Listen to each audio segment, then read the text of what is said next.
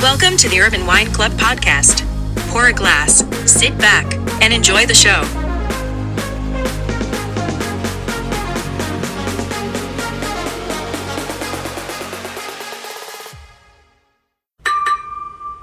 Hey everyone, welcome to another fantastic episode of the Urban Wine Club podcast. I am Ari, and I am very excited about our guest today.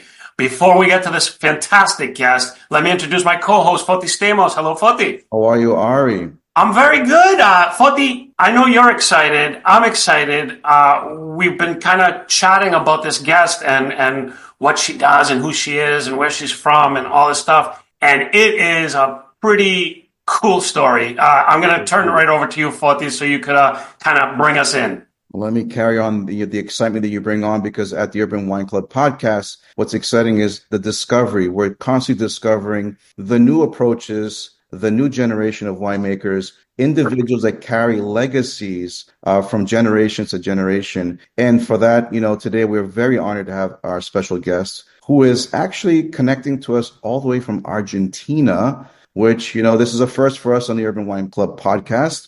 This individual, inspirational, very dedicated. I think that when you listen to this episode, you're going to say, wow, we need to learn more about what they're doing. We've always been advocates of the cleaner practices. We've been advocates of people that actually care. That's an important thing, that most productions today, you would think that a pretty label or a fancy looking bottle is the way to go, but it goes beyond that. So before we get into the details, let's bring in our guest. Welcome to the podcast, José Zuccardi from the Bodega Santa Julia. Thank you so much for joining us all the way from Argentina. Welcome to the show. Thank you guys for inviting me. I am very happy to be here. It's an honor for me to be invited to this podcast. So thank you. Our pleasure. We actually got to discover you through, I should mention this, through our friends over at Ruby Wines in Massachusetts, who are representing your wines, bringing them to market. We had this very special opportunity to actually try your wines, hear the story from the people that represent you in Massachusetts. And we said, we need to learn more about this from the source. So thank you for taking the time, because we want our audience to get just as excited as we are, so to tell the story on this episode. So thank you so much for doing that. You come from a line of generations of individuals, your grandfather, your father, who are important players in the production of wine coming from the area of Argentina, Mendoza. Can we talk a little bit about first your family's legacy a little bit? And then, yes, sure. Then we can go into what you're doing today. Of course. It's very important to know where we come from to understand what we do today, because my grandparents, I am third generation. We are a family-owned company, and today is still managed by the family. But it was my grandfather, the one who started in 1960, at the end of 1960. He actually came from the north of Argentina, and he wasn't related to wine at all. He didn't have anything to do with wine. He had no knowledge at all. He actually was a civil engineer. Wow. And he was developing an irrigation system. So he came to Mendoza, where Mendoza, for the ones who don't know, we are in the middle west of Argentina, next to the border with Chile. And we are desert. Water is a really scarce resource. We really need to make sure to take care of water. So he developed this system, which was mainly for irrigate vines. So he bought a very small piece of land where today we have our Santa Julia winery to showcase this system. So he started to relate with vine growers, and that's how, in a way, by a chance, he became a little passionate about viticulture and then wine producing. He met my grandmother. She was Mendocinian, and together, 1969 approximately, they started the winery. And I say the history is very important because I had the chance, I was lucky, me and my brothers, to work with my grandparents. They got to live long. So we worked together, and what I definitely learned about them is the importance of taking care of nature and people. That is something that is today part of the philosophy of the company, but it's not something we created now as a third generation. It's something that comes from the foundation of the company. My grandfather was a person very, very much related with nature. I always remember him walking through the vineyards. What he really most enjoyed about the activity was being in the nature. And he always told me since I was a child that we needed to take care of nature because, as you know, making wine depends 100% of nature. You know, you can lose a whole production of grapes in a night with a frost or with rain or Yeah. hail. Always like really taking care of that, really focus on taking care of nature. And then my grandmother is very interesting because she was a very people-oriented person.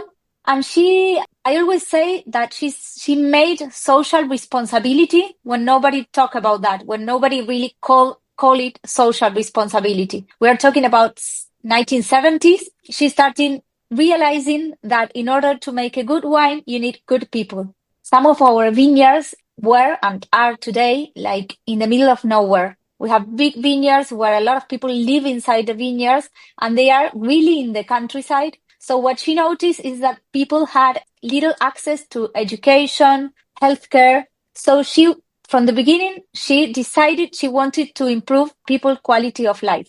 So again, we are what we are today because the founders had a very clear philosophy of sustainability.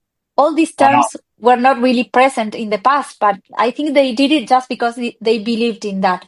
And good. We need more people like that now more than ever, I think. That's what it sounds like to me. Exactly, It's yeah. amazing how progressive and intelligent they were about what they were doing and all the factors around it, the people, the nature, the everything. That's amazing. Yeah, we always say that wine is people and land. And you can make a good wine without good people and without taking care of nature. That's really important. So then going back to the history, my father, who's today very actively working with us, he joined the company at the end of the 80s, middle 80s. And my grandparents at that moment were just doing a lot of big quantities of wine, but not really quality oriented. They were just learning how to make wine. And we're talking about a company that was very small. What we are today is the result of what they did, but it was sometimes you think, like a winery is big from one day to another. In our story, it's been part of big effort from the different generations to be what we are today. So at that moment, when my dad joined the company, he had something clear. He wanted to go for quality. He realized that at the end of the 80s, Argentina was starting to be recognized in the world, especially for Malbec. So he wanted to go abroad to sell our wines around the world. So first he said, okay, we need to go through the quality path and we needed a brand. We didn't have a strong brand. We used to do bulk wine. So that's how Santa Julia is born. I was around 10 years old and my father wanted to call the wine Julia. And then he couldn't because it was already registered. That's why it's Santa Julia. Ah. Yeah. Well, and I was a saint by then. So, well, every daughter in a father's eyes is a saint. of course, always. And that's how in the 90s, Santa Julia is born. And we start to sell around the world our wines. And my grandparents were still very active. So my dad was very focused on quality. My grandparents were very focused on sustainability. And, it's like the perfect combination, good quality wines, talking about all this sustainability world, which started very small. And for you to have an idea, today we are the biggest organic farm in Argentina for vines growing. And that's very important for us because it's what what my grandfather dreamt. Today it's real, and we are still working on having more and more hectares of vineyards organic certified. That's fascinating, Julio, because the fact that you just mentioned the biggest, and when you think about the amount of work that goes into something that's sustainable, because today with technology and machines and synthetic practices, you can bypass all that to make a processed product. But the fact that you use the word sustainability, because I think that's more important than anything today, where sustainability is the combination of all these natural practices. So to farm organically, is a big endeavor because you're depending on nature. And you mentioned something Exactly. on, if nature decides that they're not having a good day, nature can work against us. And, the dedication, the time and the effort is, I think, merciless in the fact that you're driven every day to just stick to that process. That speaks loud. Yeah, and I think something important to mention is that we are a family-owned company. We live the company as a big family. We have more than 1,000 employees, and we've always felt all our employees and their families were our own family. So when the company is led by a family, all the decisions are taken for the next generations. It's not that you take a decision because tomorrow you want to be more, you want to earn more money. Every decision you take is for the future, it's long-term decision. And that's magic because you're not thinking about tomorrow, about all the numbers, which are also important, of course, because it's a company and you need to make it profitable, but it's not the real end. What we do is, it's our life. It's our passion. It's the history of our family. So every day we go to work thinking about this, not about the other part that probably like companies where families are not involved lose this soul. So I think that's very important, and I'm very proud of that. For a long time, yes, tell me. If I can personally mention that you talk about soul, I see that myself personally, if I can speak personally about your soul through the wines. I had the opportunity to try a collection of your wines. And, despite where some people have reservations about how wine is, if it's made in a very low intervention, natural way, will it taste right? Will it feel right? But your selections are so seamless that they connect with you right from the aromas to the textures to the flavors. So whatever you're doing is magical. So I just wanted to make point that out, that the soul is definitely there because, in the world that we live in today, and this is very important because there's a movement now, or a moment in the US when it comes to wine consumers and what they're looking for. And I think we're starting to understand that we need to be a little more smarter about our decisions. And the fact that, you're coming into the picture through our lens, because trying to source wines that come from these practices, it's a little overwhelming for the consumer. But the fact that we have the ability to speak to you on this level, and our audience who is listening can really understand that, there are practices out there that are making great wine without it being processed. Well, thank you. Actually, I always say that some years ago, we were shy to share everything we do about sustainability because we didn't want people to believe that, or to think that we do this for marketing. We do it because we believe in it. We feel it's our responsibility. And then, of course, if consumers value that and take that into consideration, now we have learned that it's good to share the story because, as you say, today people really want to make good decisions when they choose what to consume. And what we do is real. If you visit our wineries, for example, in 2 of the vineyards, we have what we call cultural centers, and that is what my grandmother created. And you will find we have a secondary school for adults. We have sewing workshops. We have daycare for children. So it's true. It's real. You can go there, you can visit the places, and you can see it's something we really do. It takes a lot of energy and a lot of investment to keep up with that, but we are really convinced it's important. Actually, a lot of people who work with us have been with us since my grandparents. We have winemakers that actually Santa Julia winemaker, he's been with us for 35 years. So that's something we feel proud, if people want to stay with us, if they want to make their lives in our company, we really encourage that. Julia, most people who are probably listening to this episode right now, when they think of Argentina and they think of wine, most likely they think of, you mentioned Malbec, but Argentina is more than just Malbec. And I got to discover that because of the line of wines that you produce. Can we speak a little bit about the varieties that you plant and you work with to showcase that, Argentina goes beyond Malbec? Yes, exactly. We are very thankful to Malbec because it was the way Argentina was known. It was our flag for a long time, and it still is. But we've been working very hard in the last years to show that Argentina is much more than Malbec. Actually, we have a very wide range of varietals. Today, Cabernet Franc is very popular in Argentina. We do Cabernet Sauvignon. We do Tempranillo, which was a grape that was very bad considered, and today it's something we are very proud, a wine we are very proud of. We do Pinot Noir. We do Syrah. We do a lot of white Torrontés, which is a native one from Argentina. We do Chardonnay. We really do a lot of varietals, and we actually have a very nice project we have inside the winery, we have research and development winery, small winery in Santa Julia, where we try different varietals. This project is called Innovation. So what we do is we want mainly to show people that there's a lot more than Malbec. And it's also fun for us to see how probably other varietals from other parts of the world, how they work in our landscape. Sometimes it's successful. Others, we realize that it's not the best place to grow these vines. But yeah, I think Argentina is a lot of diversity, and it's mainly place, not varietal. That's what we're trying to show, because Argentina is a big country, as the US. It's a big country with lots of climates, terroir.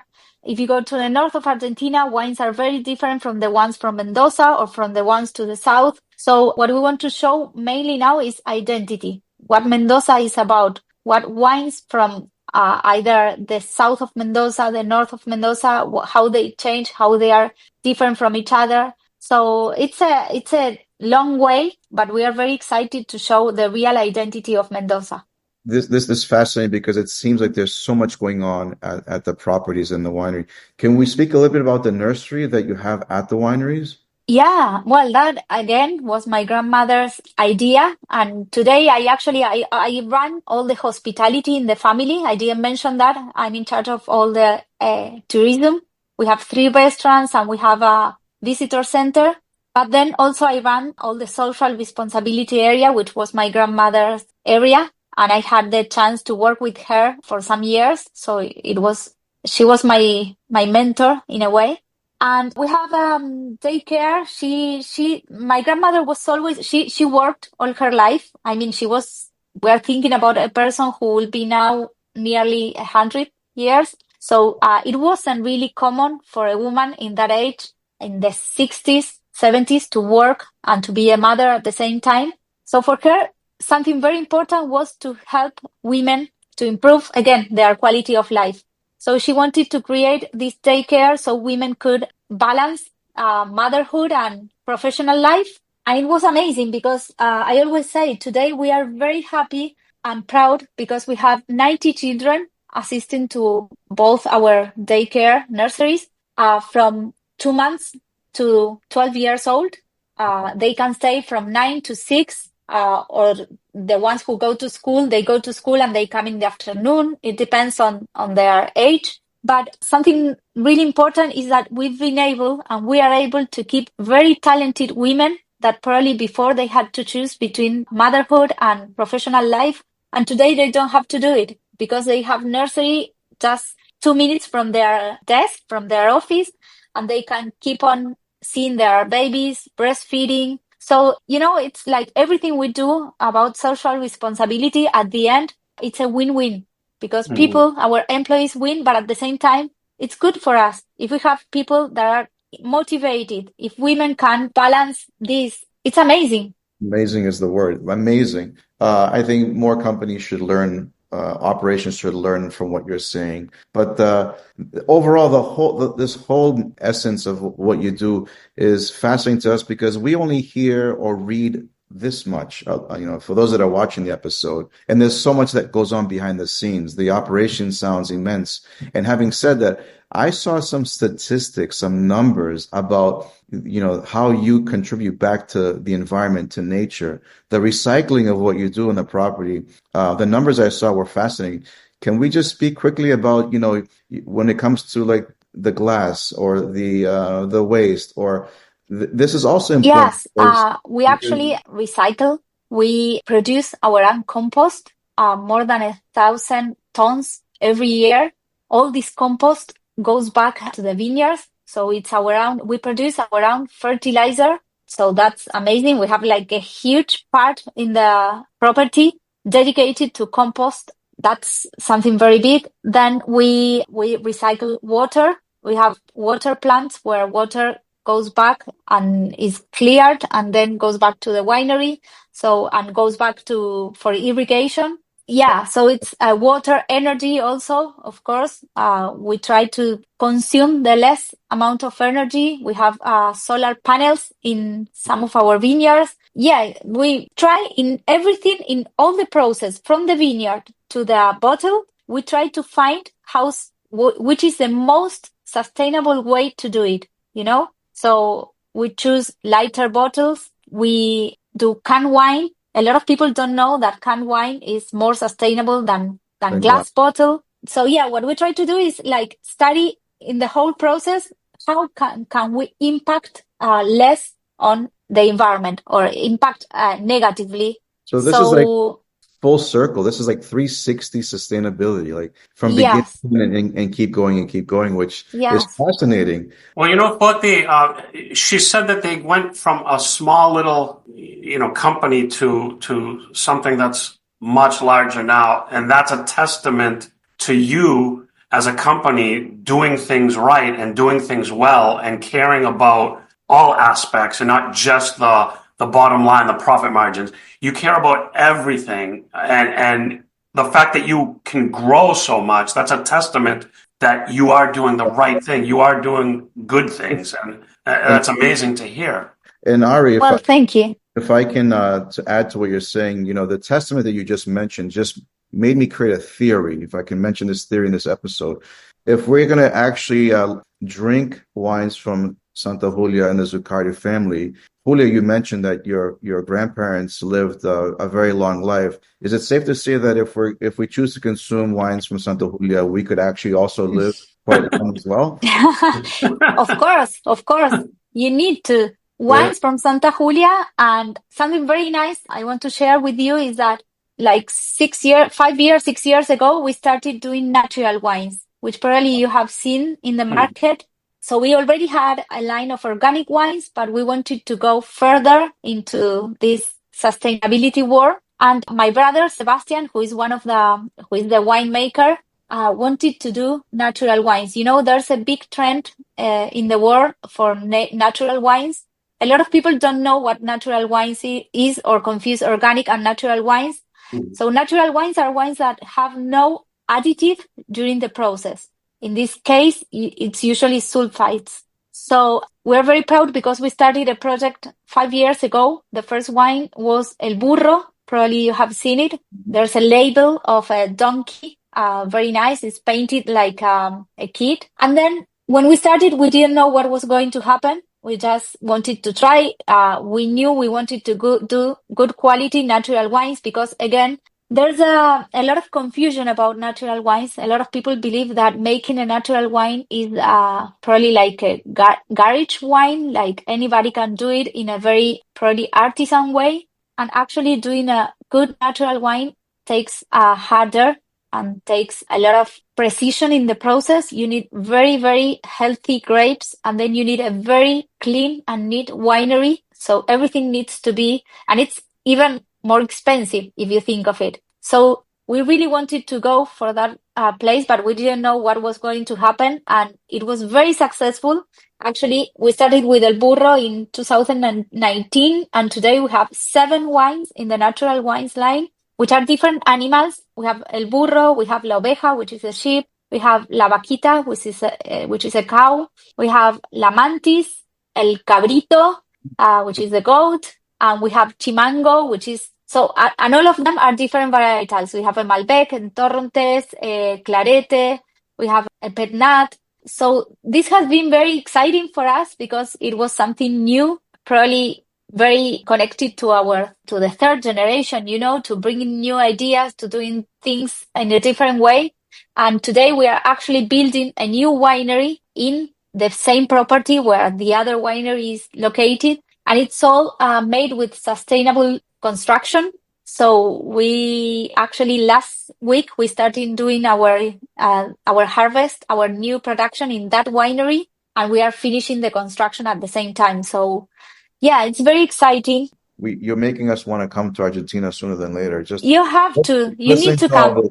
This is amazing. Yes. I mean, for the, I don't want to spring this on you right now, but Julia, are you guys hiring? I'll be down there like tomorrow. Yeah. I'm in. You should. I love it. I love everything I heard today. This is Thank you. fascinating. I mean, this was a pleasure to actually be able to actually listen to you and the actual doings of your family and their legacy and what you're doing today. Anything that you'd like to leave us off with? Anything else that maybe you might add about what's going on in Santa Julia? I know you mentioned all these great projects and so forth. We're big fans of what you're doing anyways. We're super excited to try more of your wines in the market. And hopefully whenever you do visit the market, we get to see you in person as well. Anything you want to leave us off with? No, just tell you that when we think of Santa Julia, we think of wines that are everyday wines, wines that you can have every day at home or you can take to a friends.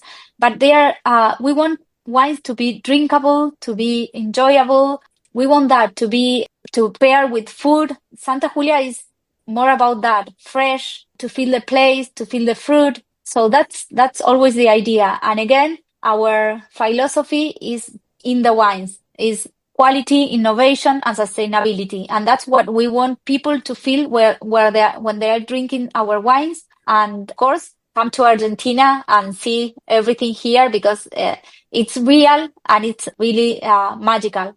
Absolutely. Well, thank you for sharing all of that. Ari, I mean, I think we're both sold on the fact that we're drinking Santa Julia at a higher level these days. Thank you. Thank you very much. We want to thank you so much for joining us. We know you're busy. We know you have so much going on, obviously. Thank you so much for taking the time, for telling a little bit of your story, and hope to have you back in the future because hopefully there's lots more to talk about. Yeah, thank you. It's my pleasure to be here, and I hope you come to Argentina and we can make a podcast from Argentina, from Mendoza. That'll be amazing. Oh, I'm in. Let's do it. Yeah. But thank you once again. Thank you.